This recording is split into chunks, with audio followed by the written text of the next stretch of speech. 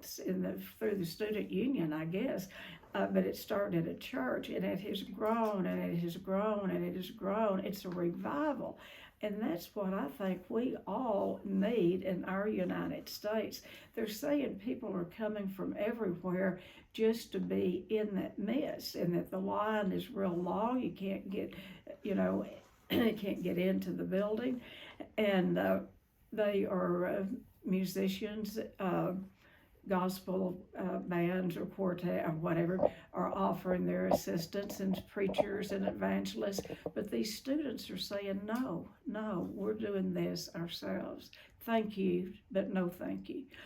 And that is the power of love, folks. If we could all catch that, can you imagine what could happen in our United States? And of course, I'm already over there in Russia. I'm wanting us all to pray for. I mean, like I started, my heart is heavy for the people in Ukraine or any country that is war-torn like that. All right, so love is power. It's the most powerful force on the face of the earth, and I will repeat this. It's the only thing that can turn an enemy into a friend. Think about it. It's not going to be all of those powerful rockets and bombs and all that they are making that's going to turn the world into peace. It's going to be love. And love is the only thing that we're willing to love, to live for, and to die for. Think about it. Love is so powerful. We're willing to live for love, and we're willing to die for it. I think about, I don't know why, that I woke up this morning thinking about our soldiers and, and how they must love their country and must love the work that they do in order to get up every morning and go face what they have to face in order for us to be safe in our country. And then, without even saying it, God is love. Love is God, and God is love.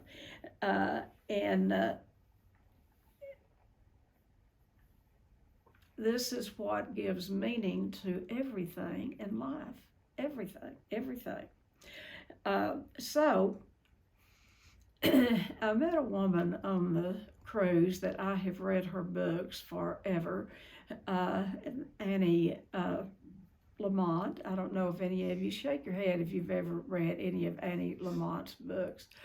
Reading her books has gotten me through so many life changes because she talks a lot about love. She talks about that she loves God, she loves Jesus, and she cusses a lot, which she does. She cusses in her books, and she cusses in when you meet her in person.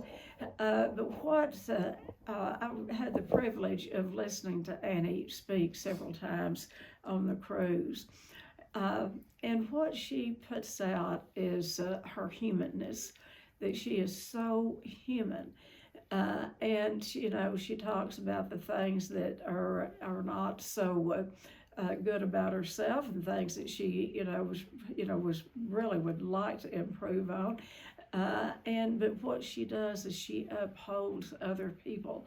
That is what's so lovable about Annie, is how she upholds other people. And she doesn't put herself down in a bad way. She just tells on herself. I love in a 12-step program how we all tell on ourselves. If we don't, we stay in a mountain of trouble, if we don't tell on ourselves. And I'll tell on myself this morning. I've been having a problem, and I'm not going to be old and talk about my medical problems, but I have had kind of a swelling problem, and I have a bad old eating disorder. And I woke up this morning and I felt fat. Now, fat is not a feeling. Fat is not a feeling. But for all of you who have an eating disorder, you understand what I mean. I woke up feeling fat. I thought, well, I have gained 50 pounds overnight. But anyway, what I had to do is start thinking about this talk that I was going to do on live, and that's not a very loving thing for me to badger myself with, that you're feeling fat. Fat in my eating disorder, or not my eating disorder, but the eating disorder is between my two ears. And if I don't speak it out loud, to save people like I'm speaking it to you, that can linger there all day. And if it lingers, in the past, and it doesn't, by the grace of God, manifest itself into a relapse, which I am very grateful for and I do not take lightly.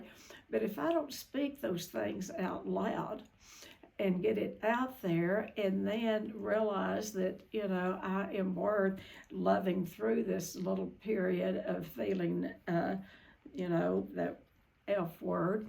When my kids were little, when they started to school, they went to school thinking, my little boy came home one day and he said, Mom, the F word is a 4-letter word, not a 3-letter word. I always would not let them say fat in the house, and so they thought F was a 3-letter word. He learned a new word at school that had 4 letters, and y'all know what that is. But anyway, all right, what we can do with love. If you want to really want to benefit from love, give it.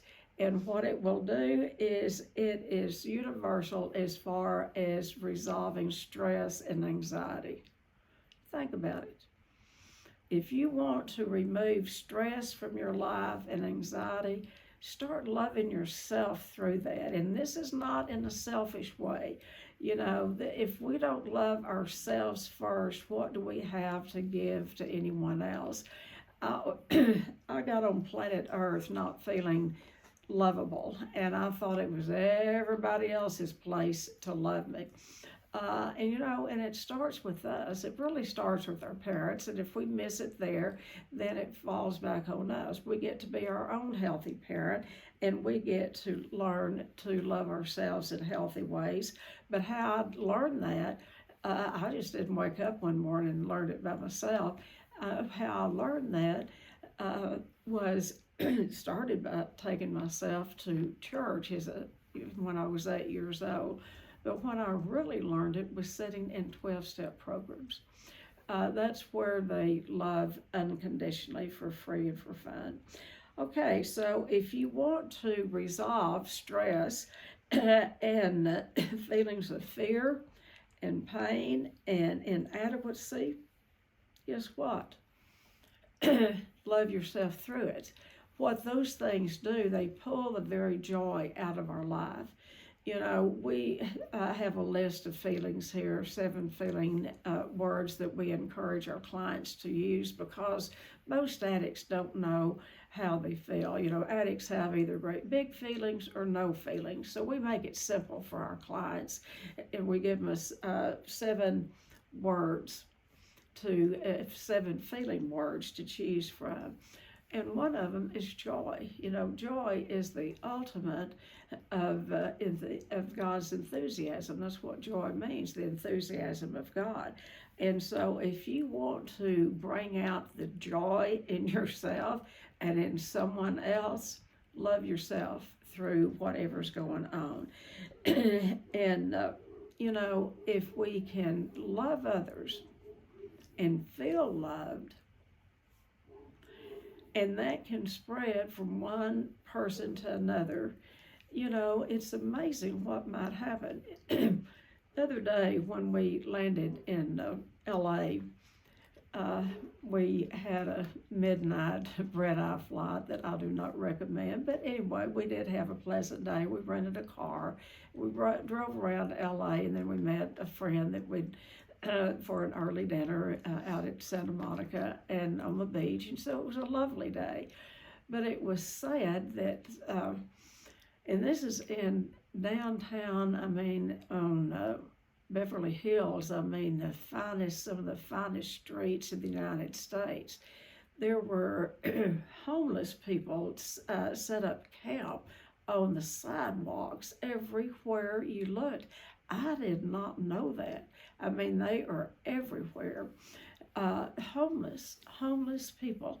and there's something going on. They can't make a move. I don't know what it is, but anyway, all I could see was these homeless people, and there would be whole families out there set up camp. And that saddened me to think that so many of us have way too much. I mean, I've got more stuff that I know what to do with. And I don't know why I brought that up, but it's, there's got to be some way that this economy can level out. And I'm not a socialist. Do not throw that at me. I'm not a socialist. But it seems like the rich get rich and the poor get poorer. But anyway, so you're talking about love. When we are loved, then we learn to live love, and we need to give love. I did not know what love was.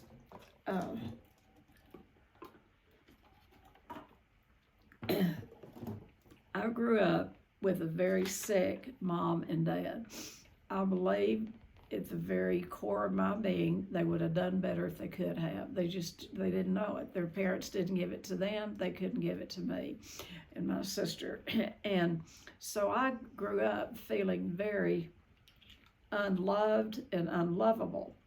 And the first woman that I really met in the program, and I was very shy. I could not say my own name. I started going to Al-Anon in 1968, but I couldn't tell them my name. I was so shy and so bashful. And there was a woman there, and it was an all-women's meeting that I went to. But there was a woman there that, of all the women there, I mean, I just was drawn to her. But I mean, I didn't have enough self-esteem to walk up and introduce myself and talk with her. No, not at all. But one day, and we lived at that time kind of out in the country a ways. There's all built up now. But anyway, it's where we raised our children, this big old 2-story house. But anyway, my doorbell rang. And I went to the door, and I opened the door, and there stood this woman that I was drawn to in this meeting. And I was shocked that she was there. Now, she had long-term, I didn't know anything about her, but come to find out she'd been in the program for a long time. And she was there, and I didn't know whether to let her in. I mean, I didn't know her other than I was drawn to her in that meeting. I did let her in, and what she said was, she was a traveling nurse, and she said, all day today, when I've gone to these little towns, she said, the only thing I could think about was you. And she said, somehow, God put you in my heart. You have wiggled into my heart, and my job is to love you. I mean, I'd never heard anything like that before. I thought she wanted me to buy something. I thought she was trying to sell me something. And all she wanted was, she said, God just spoke to me, and I'm just supposed to love you, so here I am. And so what happened through the years is we became very, very, very close friends. She became my spiritual advisor. She had many years of the program. My children didn't have a grandmother. She became their grandmother. She was at every birth of grandchildren. She was at every dance recital. I mean, every kindergarten graduation, high school graduation. And that's what pure love is giving. God put that love in her heart for a stranger, me, a nobody that just showed up at a 12-step meeting. Now that is love in action. Love is really spelled T-I-M-E. Love is a verb, and it takes time to show people love. See, that woman was busy, and she had spent all day going around these little towns being this traveling nurse, but she took her time to drive out to my house, and thankfully I opened the door for her. I opened the door, and then she stepped into my heart, and she's still there today, except it's very sad. She has Alzheimer's. She doesn't know me, but I think on a certain level she probably does. But anyway, that is my story about joy and about love, and with and I've got a dear friend on here from Seattle, and when I hear her talk about her beloved partner, and how the love that she had for her partner and how she nursed her through her sickness. Every time she talks, I cry because that is love in action. We can say, I love you till hell freezes over. And yeah, the word sounds good. Hey, I love you, I love you, I love you. But love is an action word, and it takes time to give love and to spend time with people and to take the action. And so, my dear friend T, and I'm going to get to go see her in May, but when I hear her talk about her beloved partner, it is, I mean, it's just pure love in action, and how she took care of her when she was sick. And so, love is we live in love, and we find in doing that, if we live in love, we're going to find the meaning of life. Without love, we die on the inside. Without love, we die too early. We die from the inside out. And I have known people like that. They were breathing in and out, but they were dead on the inside. And I have seen some of those people show up at meetings, and they were much like me. I mean, I was shut down because I didn't know what love was, and I was so scared of people. But I have seen people come into a meeting and continue to come into a meeting. And what they will say later is that they, maybe years later, that what drew them there was their disease, but what kept them there was the love of the group. And that's what we get when, and that's what I have found in any meeting that I've ever gone to. Okay, so the only thing that can can offset resentment, self-resentment, and self-pity is love, tolerance, and patience. And love is the greatest of these. And so, like I said at the beginning, love is the only emotion, the only thing that can turn an enemy into a friend. So I encourage each of you today, as we all go throughout the day, and when you do your 10th step tonight and you do prayer and meditation throughout the day, let's pray for the leaders and let's pray particularly for Ukraine and what's going on over there. And because what they're fighting for is what we have here in our country.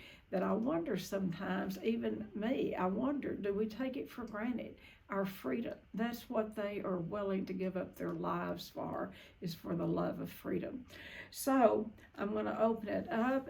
We've got some good people on here, and all of you are. I want you to share what love means to you, and if you've maybe you haven't found love, or what does love mean? Who wants to start talking about love, or anything you want to talk about? And remember,